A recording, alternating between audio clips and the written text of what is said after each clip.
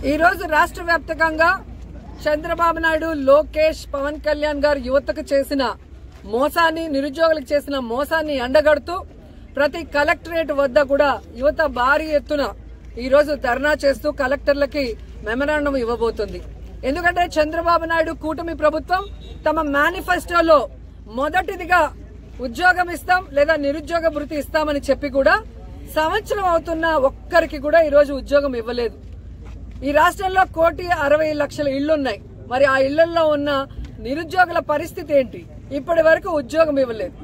అలాగే చంద్రబాబు నాయుడు మొదటి సంతకం చేసిన డిఎస్సిలో ఇప్పటి వరకు ఒక టీచర్ని కూడా భర్తీ చేయలేదు. లోకేష్ గారేమో జనవరిలో జాబ్ క్యాలెండర్ రిలీజ్ చేస్తానని చెప్పాడు. ఇప్పుడు జూన్ వచ్చింది. అంటే క్యాలెండర్ లో సంవత్సరం మారుతుంది తప్ప లోకేష్ గారు ఇస్తానన్న జాబ్ క్యాలెండర్ అయితే రాలేదు. అలాగే పవన్ కళ్యాణ్ గారు తాము అధికారంలో వచ్చిన తర్వాత ఆయన తన ప్లీనరీలో చెప్పారనుకుంటా, ప్రతి నియోజకవర్గంలో 500 మందికి యువత అంటే మహిళ గాని మగవాడు గాని నిరుద్యోగులకి 10 లక్షల రూపాయలు ఒక్కొక్కరికి ఇస్తాం, స్వయం ఉపాధి పెట్టుకోవచ్చు అని చెప్పారు. ఇప్పటికీ కూడా ఒక్కరికి కూడా ఇవ్వలేదన్నది నిజం.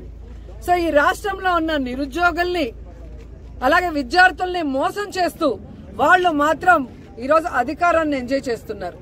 ఈరోజు ఈ రాష్ట్రంలో ఉండి ఓటేసిన నిరుద్యోగులు, విద్యార్థులు ఉద్యోగాలు లేక, నిరుద్యోగ భృతి లేక, కాలేజీలకు వెళ్లే వాళ్ళకి ఫీజు రియంబర్స్మెంట్ లేకుండా, అమ్మఒడి వేసే వాళ్ళకేమో అమ్మఒడి సక్రమంగా రాకుండా ఏ విధంగా కష్టపడుతున్నారో మనం చూస్తున్నాం.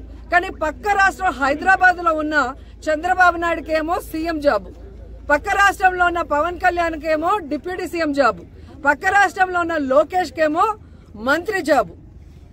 ఇంతేకాకుండా ఈరోజు చంద్రబాబు నాయుడు కొడుకుని ఈరోజు సీఎం చేయడానికి ఎంత తపన పడుతున్నాడో మనం చూస్తున్నాం. పవన్ కళ్యాణ్ వాళ్ళ అన్న నాగబాబు గారికి ఎమ్మెల్సీ ఇప్పించుకొని ఈరోజు మంత్రిని చేసుకోవడానికి ఎంత తపన పడుతున్నాడో మనం చేస్తున్నాం. కానీ ఈ రాష్ట్రంలో ఉన్న నిరుద్యోగులకు మనం మాట ఇచ్చాం, అది నెరవేర్చాలన్న తపన చంద్రబాబు నాయుడు గారికి, లోకేష్ కి, పవన్ కళ్యాణ్ కి లేకపోవడం అనేది చాలా బాధాకరమని కూడా ఈ సందర్భంగా తెలియజేసుకుంటున్నా. ఎన్నికల ముందేమో బాబు షూరిటీ, జాబ్ గ్యారంటీ అన్నారు. ఇంటింటికి వెళ్లి బాండ్లను పంచారు.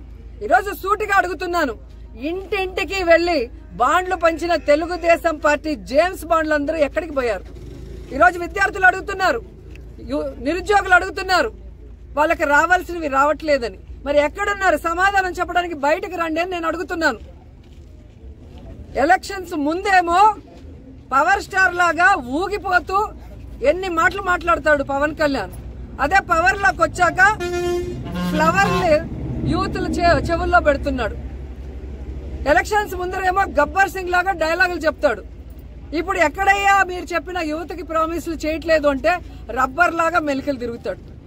ఈ రోజు యువత ఎదుగుతున్నారు. మొన్ననే మీరు చూశారు, డిప్యూటీ సీఎం కనపడటం లేదు అని ఫ్లెక్సీలతో చాలా మంది తిరుగుతున్నారు.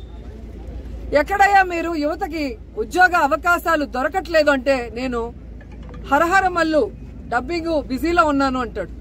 మరి 10 లక్షలు ఒక నిరుద్యోగికి ఇస్తాం స్వయం ఉపాధికి, ఎక్కడయ్యా మీరు అని వాళ్ళ పార్టీ వాళ్ళని అడిగితే ఆయన ఓజీ షూటింగ్ లో బిజీగా ఉన్నాడు అంటారు. ఇంకొకరు వెళ్లి నిరుద్యోగ భృతి అన్న ఇవ్వండి అయ్యా, ఉద్యోగం ఇచ్చే లోపల 3,000, ఇప్పటికే 13 నెలలు అంటే 13 × 3,000 బాకీ ప్రతి కుటుంబంలో ఉన్న నిరుద్యోగికి అంటే ఆయన ఉస్తాద్ భగత్ సింగ్ షూటింగ్ లో చాలా బిజీ, మా ఫోన్ కే అందటం లేదని జనసేన వాళ్ళు అంటున్నారు.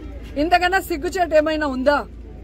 సో సూటిగా చెప్తున్నాం చంద్రబాబు నాయుడు గారికి, పవన్ కళ్యాణ్ కి, లోకేష్ కి, ఈ రాష్ట్రంలో ఉన్న నిరుద్యోగుల ఓట్లు వేసుకుని వాళ్ళను మోసం చేస్తే ఎవరు ఊరుకునే పరిస్థితి లేదు.